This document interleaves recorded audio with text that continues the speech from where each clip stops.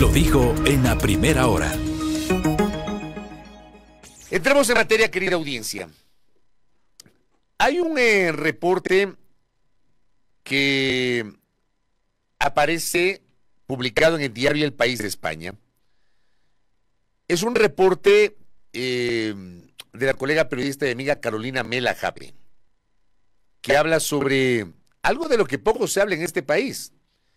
En este país donde, y basta con uno a veces, y lo digo con respeto para la audiencia, revisar el chat y la interacción de algunos, no de todos, pero de algunos que parece que tienen tatuados ciertos temas y no abren un poco, digamos, su mente para ampliar su visión sobre lo que en realidad está pasando y que hay temas muchísimo más importantes que la bronca política. Y lo que está pasando con nuestros niños y niñas en el Ecuador es una cosa terrible, horrenda. Yo quiero hoy orientar mi comentario sobre eso que probablemente no siempre se habla, o poco se habla, poco se comenta, que a rato siento se ha convertido en parte de la cotidianidad en este país, justamente por este nivel de polarización que hay entre los istas y los antis, que todavía hay. Lamentablemente todavía hay, no sé cuánto tiempo y cuántas generaciones tendrán que pasar para que nos olvidemos de los istas y de los antis. Lo que dicen algunos expertos, esa frase que tanto le molesta a mi buen amigo Arturo Ruiz Giraldo, el clivaje. Como decía José Molina ayer, cada vez que alguien repite clivaje, algún capibara se suicida, decía. Pero ya poniéndonos serios. El País publica: una infancia en medio de las balas, se dispara el asesinato de menores en el Ecuador. 2 niños murieron asesinados al día en 2023 en el país. Ojo con ese detalle. 2 niños murieron asesinados por día, según el promedio, durante el año 2023. ¿En qué parte han leído o han escuchado esto? Para que vean que no siempre, lamentablemente, desde la opinión pública se abordan estos temas que tienen tanta profundidad y que necesitan que se aborden no solamente desde lo epidérmico, desde lo coyuntural, sino desde lo de fondo, desde la parte estructural. Les hemos fallado a todos, dice un especialista en la nota de la Caromela. Cada vez que se escuchan balaceras, casi en cualquier barrio de Guayaquil, el primer instinto es correr a poner a salvo a los niños, dice la nota de Caro. Esconderse en la habitación más lejana de la puerta de entrada, de las ventanas, debajo de la cama, o tumbar el colchón sobre los niños. No existe un escudo suficiente para protegerlos. No basta prohibirles ir a la escuela después de cada episodio de violencia, porque los asesinan mientras duermen, en su casa, con las ventanas y puertas cerradas. Como pasó con Valentina, Brian, Nadiel, Aitana, Maite, Alexander, en los brazos de sus padres o tomando un helado. La violencia en Ecuador afecta severamente a la infancia. Al menos 2 menores de edad fueron asesinados cada día en 2023, según un reporte de cifras oficiales del Ministerio del Interior. Y aquí viene tal vez la parte más fuerte, que es la estadística, que no la asumamos como la fría estadística o la fría presentación de números, porque esa estadística debería servir para removernos la conciencia. 2023, dice la nota del País, cerró con el escabroso número de 770 homicidios de niños recién nacidos hasta 19 años. 770 homicidios de niños, desde los bebés recién nacidos hasta jóvenes de 19 años, como clasifica la data de la policía. La cifra supone un aumento del 640%. Un aumento del 640% en comparación con los 104 que se registraron en 2019. O sea, 2020, 2021, 2022, 2023. En el curso de 4 años, esta cifra se disparó 4 veces y llegó a aumentar en 640%. Esto alertó UNICEF, el Fondo de Naciones Unidas para la Infancia. La mayoría de los homicidios se ejecutaron con armas de fuego y las víctimas fueron principalmente 2 grupos: bebés recién nacidos y niños hasta 4 años de edad. Y adolescentes de entre 15 y 19 años que son reclutados por las bandas criminales.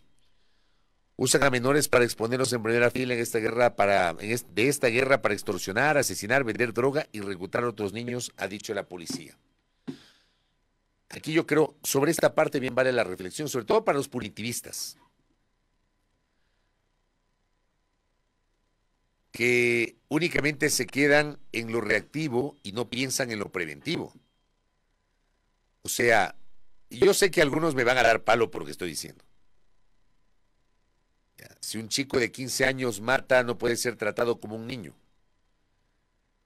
Pero analicemos el contexto de qué lo llevó a esa situación. ¿Cuáles fueron las causas que provocaron que ese niño, para mí un chico o una chica de 15 años son unos niños. Son unos niños. Perdónenme. Para mí, salvo mejor criterio del resto. Estoy hablando por mí. Hay que analizar el contexto y lo que motivó, lo que provocó que ese chico, que esa chica, que ese niño, que esa niña de 15 años cometan crímenes o sean cooptados por el crimen organizado, sobre todo en las zonas más empobrecidas de este país. Y zonas empobrecidas, inclusive de ciudades como Guayaquil, que en donde permanentemente he cuestionado la situación de Guayaquil desde el punto de vista de que uno va a la ciudad de Guayaquil y uno se encuentra con varias ciudades dentro de la misma ciudad. Y Guayaquil es una ciudad de unos contrastes, pero tremendos. Uno se encuentra la opulencia en algunos sectores versus de extrema pobreza en otros sectores. Uno se encuentra el desarrollo económico en unas zonas y cinturones hasta de miseria en otras. Y ahí es donde esas zonas de miseria, donde no existe el Estado representando en el gobierno central, pero también en los gobiernos locales, donde no hay acceso a salud, donde no hay acceso a educación, donde probablemente los padres de estos chicos no tienen trabajo. Y estos chicos son presa fácil de los grupos de delincuencia organizada porque además no tienen acceso a la educación. No tienen acceso a una escuela. No tienen acceso a un colegio. ¿Ya? Y ojo, miren ustedes lo que me dice Pati Vinuesa. Gracias, Pati. Ojo que esa estadística me dice, no toma en cuenta a los niños que han muerto por la falta de medicamentos, por ejemplo, en los hospitales. Que ese es un rol del Estado. Aunque algunos reniegan del papel del Estado. Sin entender que hay un grupo de ecuatorianas y ecuatorianos que por sus carencias necesitan la asistencia del Estado para por lo menos medianamente cubrir sus necesidades básicas, salud y educación, que son fundamentales. Pero los más punitivistas van a quedarse únicamente en la reacción, en lo reactivo. Entonces a ese chico de 15 años hay que llevarlo a una mazmorra, en lugar de tratar de atacar. Yo no digo que no lo sancionen, claro que hay que sancionarlo. Pero al mismo tiempo esto tiene que ir de la mano del análisis de una necesaria política que permita atacar las causas que provocaron que ese chico de 15 años se meta a cometer actos delincuenciales. La nota del País cita una reflexión de Sibel Martínez de la Alianza por los Derechos de la Niñez y la Adolescencia. Decía Sibel, cuando vemos esta cifra aterradora de 770 homicidios, nos damos cuenta que desde hace 4 años acá, los niños han puesto el cuerpo a la violencia, y ahí es que yo cuestiono porque la protección de los derechos es exclusivamente adulta. Hablamos de Estado, sociedad y familia, y les hemos fallado a todos, añade Sibel Martínez.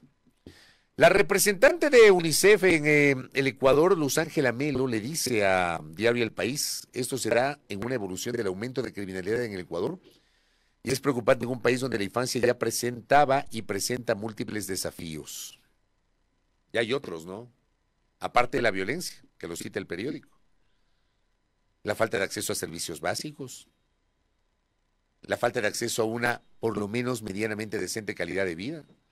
El 37% de los menores de 5 años, cuando está en pleno desarrollo, consume agua contaminada con la bacteria E. coli en el Ecuador y aumenta las cifras si los niños están en la Amazonia o Amazonía. Este es papel de los gobiernos locales, de las municipalidades. Ese es un rol de las municipalidades. A esto se suma que la mitad de los niños del país son maltratados física y psicológicamente, según la encuesta de salud y nutrición del 2018, y no existe ninguna campaña permanente para detenerlo. Y aquí me voy a detener en cambio. Porque estas 2 últimas semanas realmente han sido horrorosas, terroríficas, horripilantes para la niñez ecuatoriana. Empecemos primero, porque hay que recordar, y yo les invito otra vez, respetuosamente, les invito a no normalizar lo que nos pasa. Puedo repetir como catarnica, ¿ya?, a cada rato, pero me van a escuchar todo el tiempo decir, audiencia, oyentes, internautas que tienen la bondad de seguirme, no normalicemos lo que estamos viviendo en el Ecuador. Lo que pasa con nuestras niñas, con nuestros niños.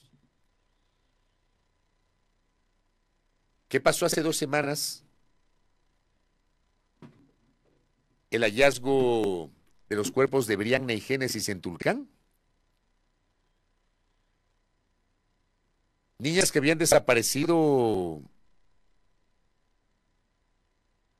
en octubre del 2023.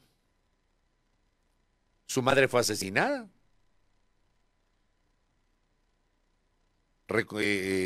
Recopilemos y recordemos la nota de primicias. Agentes de la Policía y Bomberos del Ecuador encontraron en el último día del carnaval, o sea, el 13 de febrero, el cadáver de la segunda niña desaparecida en octubre del 2023, luego de que su madre también fuera hallada sin vida en el Tuncán, capitán de Carchi, fronteriza con Colombia. La niña se llamaba Génesis Villarreal y tenía 10 años. Su cuerpo fue hallado en un pozo y dentro de un saco de yute. Estaba enterrada a unos 500 metros de profundidad y muy cerca de otro pozo donde fue encontrada su hermana Brianna, de apenas 3 años. Una niña de 10 años, una niña de 3 años. Las niñas fueron vistas por última vez con vida el 29 de octubre cuando salieron de su vivienda junto a su madre en Tulcán. La madre de las menores, Vanessa Villamar, fue asesinada el año pasado y encontrada con un corte en el cuello cerca de un hospital de la ciudad. Los cuerpos de las 2 menores fueron encontrados en un sector conocido como Angasmayo, en la comunidad de María Magdalena, en el noroeste de Tulcán, cuando trabajadores que iban a realizar mantenimiento en uno de los pozos dieron alerta de los bultos. El padre de las menores, quien no está procesado por el caso que abrió la Fiscalía, reconoció los cadáveres. Esto pasó hace pocos días, ¿no? 2 semanas, en Carchi. ¿Qué pasó casi de inmediato? Una niña desaparecida, Dana Ramos. Varios días desaparecida. Creo que fue vista por última vez el 1 de febrero cuando le mandaron a la tienda a comprar. Esta guagua de 8 años. Y fue encontrada muerta en la cisterna de la casa de los abuelos paternos. Pero si eso nos estremeció y nos sigue estremeciendo, el asesinato de la pequeña Dana, es todavía más estremecedor o estremecedora la presunción de que provocó su asesinato. Y habría sido el cobro de una póliza de seguro. El medio impreso Metro de Quito señala que la Fiscalía de Riobamba señalaba hace pocos días, hace 3 días, publicaron esta nota, que la Fiscalía de Riobamba junto con la policía investigan el presunto secuestro de la niña Dana Ramos de 8 años y que habría sido planificado por su padre para obligar a su pareja a cobrar una póliza de seguros. La cantidad no ha sido revelada hasta el momento. La niña desapareció el pasado 1 de febrero al salir de su casa y fue localizada 16 días después dentro de una cisterna en la casa de los abuelos paternos en el barrio El Porvenir con signos de asfixia. El padre de Dana, un sargento activo de la Policía Judicial de Chimborazo, y eso que algunos pretenden matizar, ¿no?, el tema de los malos policías, que los hay, por supuesto que no son todos, pero hay malos policías. Bueno, este sujeto que supuestamente se forma o se formó para protegernos, porque ese es el deber ser de la Policía Nacional, tenía la urgencia de cancelar una deuda por lo que habría tramado el secuestro de su hija. Así lo informó la policía luego de la versión de la prima de la víctima, también procesada por este caso. Evelyn, quien está bajo prisión domiciliaria por su embarazo, dijo a la fiscalía que Mauro, el padre de la niña, la contactó y el 1 de febrero, durante el almuerzo, le había dado las últimas instrucciones por el secuestro. La mujer dijo que le indicaron que a las 18 horas debía sacar a Dana a la tienda. No sin antes enviar un mensaje desde el teléfono de la niña a un número desconocido para confirmar el encuentro, y esto con el fin de despistar a los familiares. Su madre indicó a los medios locales que el tercer día de la desaparición de su hija recibió llamadas de personas que le pedían dinero para el rescate de la niña, pero ella no accedió porque no le enviaron una prueba de que tenían a Dana. La autopsia determinó que la pequeña falleció por asfixia y luego el cuerpo fue arrojado a una cisterna. Al parecer, lo hicieron con una almohada. Y para rematar esto, ayer nos enteramos que Aina Yambia, otra niña, una niña de 2 añitos, fue hallada sin vida en Morona, Santiago. Teleamazonas informaba en su página web: Aina Yambia, una pequeña de 2 años reportada como desaparecida, fue hallada sin vida este domingo 25 de febrero. La Fiscalía General del Estado informó que su madre recibió prisión preventiva por este caso que conmociona al país. Los padres de la menor de edad denunciaron la desaparición de la niña el miércoles 21 de febrero, hace una semana, y se emprendió una búsqueda de escala nacional. Las imágenes de Aina se viralizaron en redes sociales. Sin embargo, después de 4 días de incertidumbre, la investigación permitió ubicar el cuerpo de la pequeña en la vivienda familiar de la ciudadana 6 de enero en Taisha. La Fiscalía reveló que el cadáver estaba enterrado en el inmueble. En este caso se aprehendió a su madre, Génesis Delia K., quien sería la autora de la desaparición involuntaria con resultado de muerte de Aina Yambia. La jueza del cantón Taisha dictó prisión preventiva. ¿Qué tal? Esto es lo que están viviendo nuestras niñas en el Ecuador. 4 niñas. En el curso de 2 semanas hemos conocido del asesinato de 4 niñas. Seguramente a las pequeñas Brianna y Génesis las asesinaron en octubre. Y pasaron 3 meses hasta que se encontraron sus cuerpos. Lo de Dana Ramos es todavía más espeluznante. O sea, los hechos que les estoy relatando son todos espeluznantes, pero esta aparente razón que está siendo investigada por la Fiscalía de que habría sido asesinada porque lo de fondo era el tratar de cobrar una póliza de seguro, me parece de verdad espeluznante, horroroso. Y tenemos este otro caso de una niña de Aina en la región amazónica de Morona, Santiago. Su madre está detenida. ¿Qué sociedad tenemos? Vean, y esto no se soluciona con sacar a los militares a las calles, por si acaso. Porque algunas personas dicen, estas cosas pasan en pleno estado de excepción. Esto yo lo separo de la crisis de seguridad que estamos viviendo. Este es otro tipo de crisis. Porque estos 3 casos que les estoy presentando, el que ocurrió en Carchi, el que ocurrió en Imbabur, en Chimborazo, y el que ocurrió en Morona, Santiago, son casos que no tienen que ver con esta situación de delincuencia organizada o de delincuencia común que estamos viviendo. Pero no dejan de ser importantes. De hecho, son extremadamente importantes porque encarnan, porque develan, porque reflejan una situación de violencia en muchos de los hogares, en muchísimos hogares, en cientos, en miles de hogares ecuatorianos, al punto que hay desalmados que no tienen empacho en quitar la vida a su pareja o quitar la vida a sus hijas o a sus hijos. Es una locura. Y esto, como digo, esto no se soluciona sacando a los militares a las calles. Esto no se soluciona aprobando el endurecimiento de penas en la Asamblea. Esto no se soluciona incrementando el IVA para tener más plata en la caja fiscal. ¿Qué política están impulsando los entes que pueden hacer algo sobre esta problemática? Y yo no hablo de lo reactivo, sino de lo preventivo. ¿Qué está haciendo hoy? Y ojalá que tengamos la oportunidad de volver a conversar con la ministra de Derechos Humanos en los siguientes días con Ariana Tanca. Porque sí quisiera saber, y planteo esta inquietud públicamente, qué está haciendo el Ministerio de Derechos Humanos sobre este tema, sobre este particular. Insisto, no hablo yo de lo reactivo, hablo de lo preventivo. ¿Qué se está haciendo? ¿Qué está haciendo el Ministerio de Educación? Y ojalá que también podamos volver a tener en esta mesa de trabajo al señor Ministro de Educación para enfocarnos en este tema. ¿Qué se está haciendo desde las escuelas, desde los colegios? ¿Cuál es la relación de los maestros con los estudiantes, de los maestros con los padres de familia? Porque claro, hay gente que dice, no les voy a mandar a mis hijos al colegio o a la escuela porque no es seguro.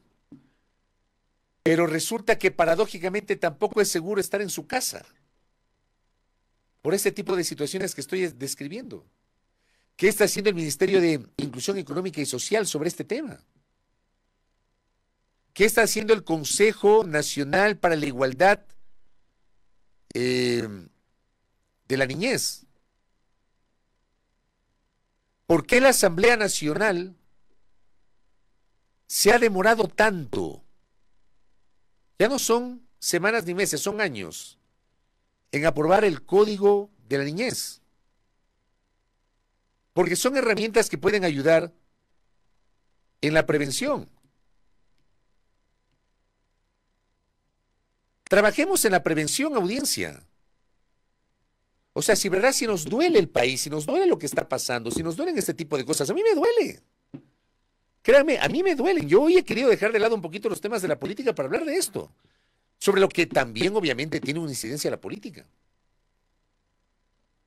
Me duele porque soy un ser humano, soy hijo, soy padre, soy abuelo, tengo mis sobrinas, tengo mis sobrinos. Yo me pongo a pensar qué país estamos generando para nuestras descendencias, para nuestros hijos, para nuestras hijas, para nuestros nietos, para nuestras nietas, para nuestras sobrinas, para nuestros sobrinos. ¿Qué país estamos dejando? Yo tengo 50 años, recién cumplidos. Les cuento. Tengo un nieto que tiene 1 año, 2 meses, ya mismo. Será 1 año, 3 meses. ¿Qué país le voy a dejar a mi nieto? ¿Qué país le va a dejar vergis a sus hijas, a sus hijos? ¿Entienden el punto? Y nadie habla de esto. Nadie. Empezando por nosotros, y hagamos un mea culpa. Yo hoy he tomado el micrófono para hablar de esto, para compartir esta reflexión con ustedes. Pero no hablamos nosotros. No hablan ustedes. Tal vez todos los días no podemos hablar porque todos los días hay diferentes cosas para hablar. Pero no normalicemos esto. No normalicemos esta grave crisis que estamos viviendo y que rebasa, insisto, el plan Fénix de la presencia de los militares, lo que está pasando en nuestros hogares. Pensemos en nuestros guaguas, pensemos en nuestras niñas, pensemos en nuestros niños, pensemos en nuestros adolescentes. Pensemos en las nuevas generaciones. Sí, hoy hay que orientar el combate al crimen organizado sin olvidar la delincuencia organizada, pero se pueden hacer 2 o 3 cosas a la vez si eres parte del Estado y no es una responsabilidad directa solo del gobierno central. Está la función legislativa, está la función judicial, que representa un sector extremadamente importante y sobre cuya depuración nadie habla. Nadie habla. Lo que hacen los gobiernos locales, fundamentalmente las municipalidades. Yo les invito a reflexionar sobre eso. Cristian Cenedas me dice, hace falta un plan de salud mental. ¿Cuánto se trabaja en el Ecuador en salud mental? Lo hemos hablado aquí con Fernando Cornejo, entre otros, especialista en psiquiatría, por ejemplo. ¿Cuánto se trabaja en el Ecuador en salud mental? ¿En serio? ¿Cuánto? Aquí poco se hace en salud mental. Andrés me dice, esos temas no están en el foco de nadie porque en este país vivimos al día, en lo reactivo. Estamos anclados en las disputas, en los odios. Necesitamos urgente un reseteo, algo que nos sacude y nos permite enrumbar en la construcción de un verdadero país en una sociedad nueva. lo del reseteo. Yo me imaginé que lo del terremoto del 2016 debió generarnos un estate quieto, un reseteo y unirnos. Unirnos. Nada que ver. Así tal cual. Iván Morales me dice, los asesinatos de niños es espeluznante. Estos últimos casos son horrorosos, son realmente tristes, realmente tristes. Y Juan Pablo Ruiz me recuerda que Ecuador aprobó recientemente la ley de salud mental, pero hasta la fecha, cri. Mi doctora Pamela Aguirre Castro me dice, obvio no soluciona todo, es la cultura de la legalidad, ¿de acuerdo? Cambiar nuestra idiosincrasia frente a las normas morales, éticas, jurídicas, etcétera. Pero si las propias autoridades se van y pasean las normas y luego se hacen los locos y cuando se les critica se ponen bravos, cuando son los primeros que deberían dar el ejemplo. Preguntas además que formulé, me dice el querido Edmundo Carbó, le envío un abrazo para la Secretaría de Planificación. ¿Qué país queremos dejar? Lleva más preguntas de índole estratégico. Sería bueno. Creo que es la señora Sarija Moya, la secretaria de Planificación, que, digamos, no sé en qué onda estará la Secretaría de Planificación en este momento. Poco o nada se escucha de la Secretaría de Planificación. Yomar Ponce me dice, otros creemos que el COVID sería un reseteo. Bah, yo también, yo fui uno de los ilusos que pensó que lo del COVID iba a ser un reseteo, un estate quieto nos iba a poner a los ecuatorianos. Bueno, voy cerrando el comentario. A ver, gracias Arturo. Antes de cerrar el comentario. Ya voy a leer esto de Arturo. Acá también, gracias Nahuel. Sedenma había publicado una referencia, un inaceptable acto de violencia contra la casa de Leonela Moncayo, en un claro acto de intimidación, dice acá. Isabel Martínez decía, Leonela es una de las niñas que estuvo en la Asamblea Nacional requiriendo a las autoridades que apaguen los mecheros. Ayer explotó fuera de su casa un artefacto de fabricación casera con dinamita. Total rechazo a este acto intimidatorio contra la casa de una niña. Y acá también, hablando del tema de salud mental, el alcalde metropolitano publicó, en el colegio de mi hija me contaron que antes de la pandemia tenían 1 o 2 casos de depresión en el grado, ahora llegan a 7, 8 casos. La salud mental es muy importante y a veces no queremos hablar de ello por desconocimiento, pero podemos estar frente a un cuadro de depresión o angustia y eso hay que tratarlo, si no se puede convertir en un caso de suicidio y cada vida que se pierde en Quito para nosotros es una tragedia. Esto lo publica el alcalde, creo que va en el contexto de lo que estamos hablando, en el marco de la entrega de la Unidad Metropolitana de Salud Quito Sur. Esto fue a inicios de este mes de febrero. Gracias por esa referencia, Arturo. No perdamos la perspectiva de esto, ¿eh? No perdamos la perspectiva de lo que estamos diciendo. No nos olvidemos de estos temas. Primera plana. Todas las noticias, todas las voces.